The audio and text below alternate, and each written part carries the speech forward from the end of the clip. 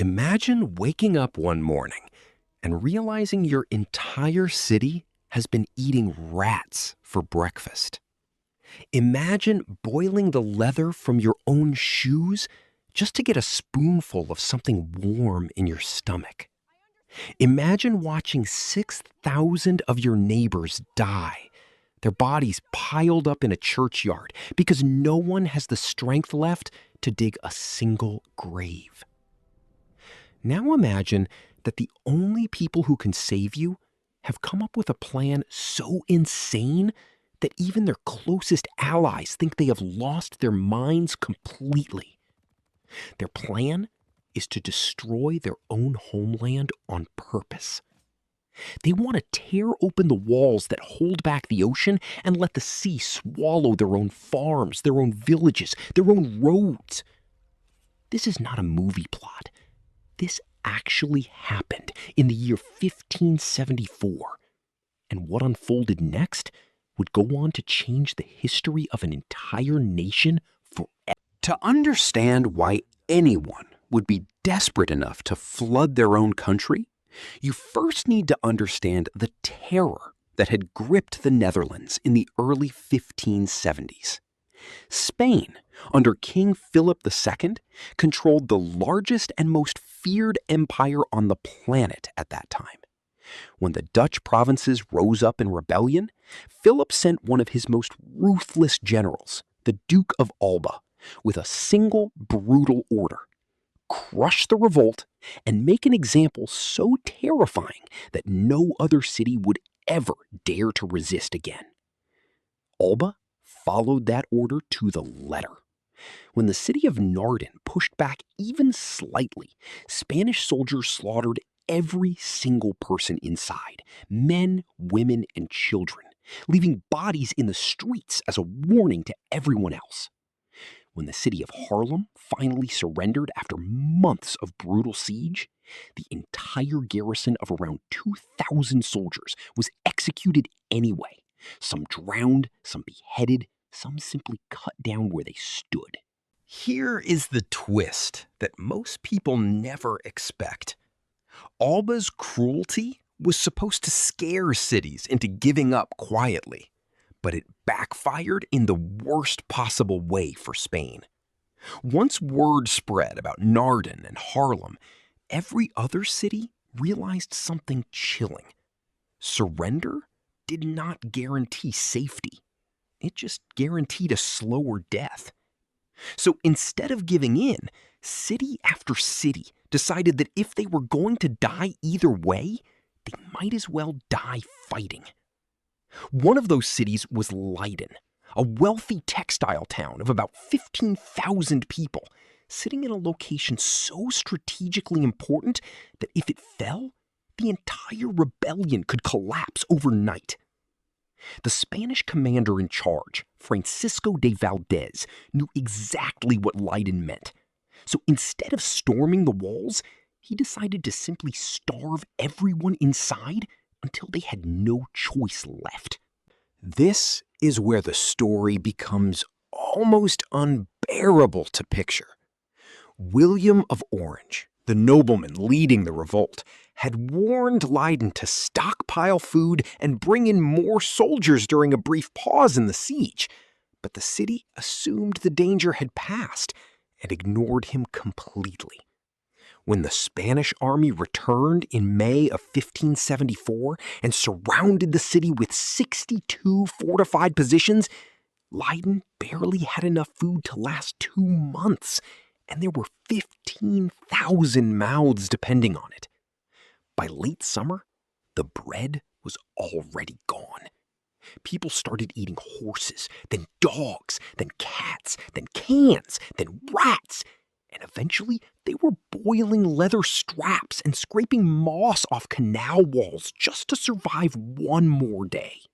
Disease spread through the weakened population almost as fast as hunger did, because the beer supply had run out, and beer was the safe drinking water of that era.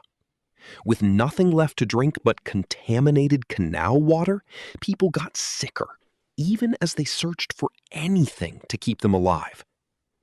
By the time it was over, an estimated 6,000 people had died, nearly half the entire population of the city.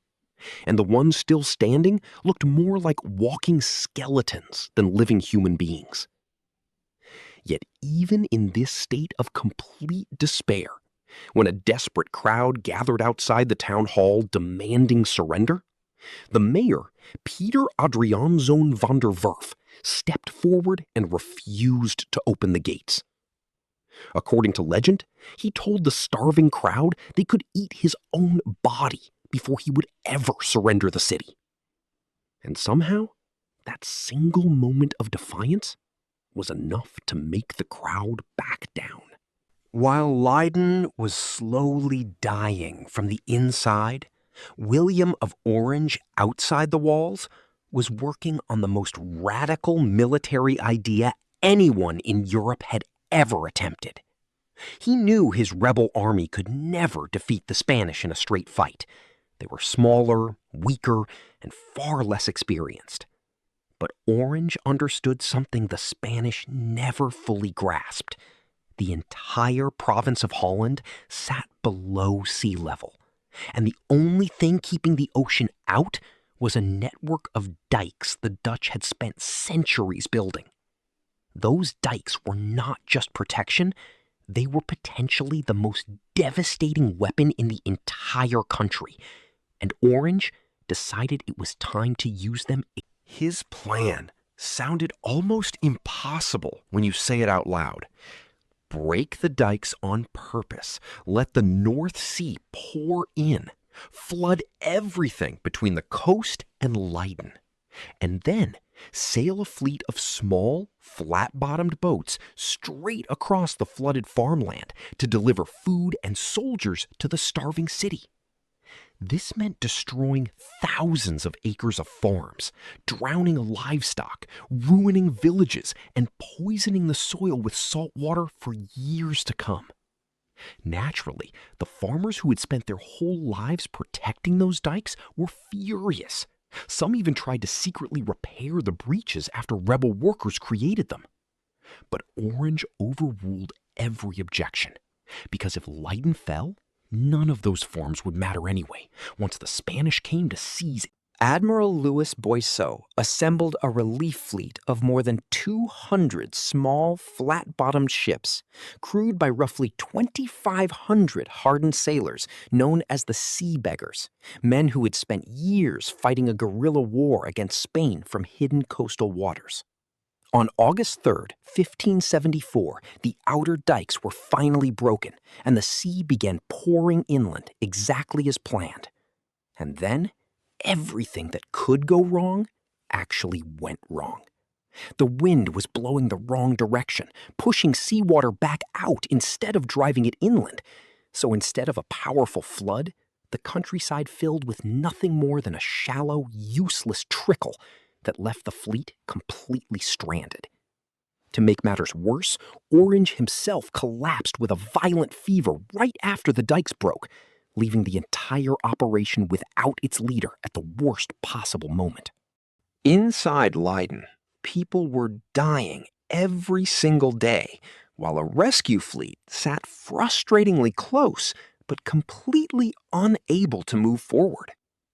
The fleet pushed as far as it could, capturing a critical dike known as the Landscheiding after a fierce nighttime battle.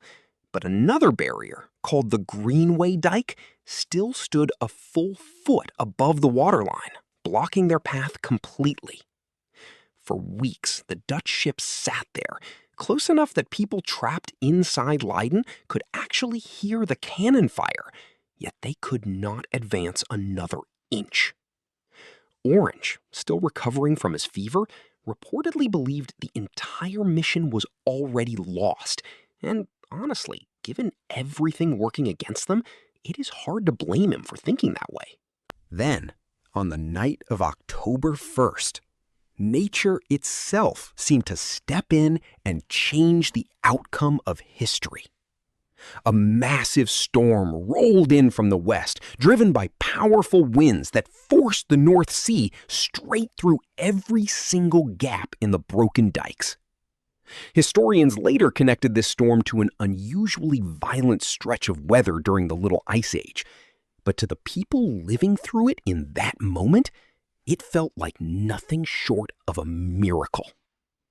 The shallow puddles that had trapped the rebel fleet for 2 frustrating months suddenly transformed into a genuine inland sea, flooding roads, swamping fields, and swallowing up the low-lying Spanish military positions in freezing salt water.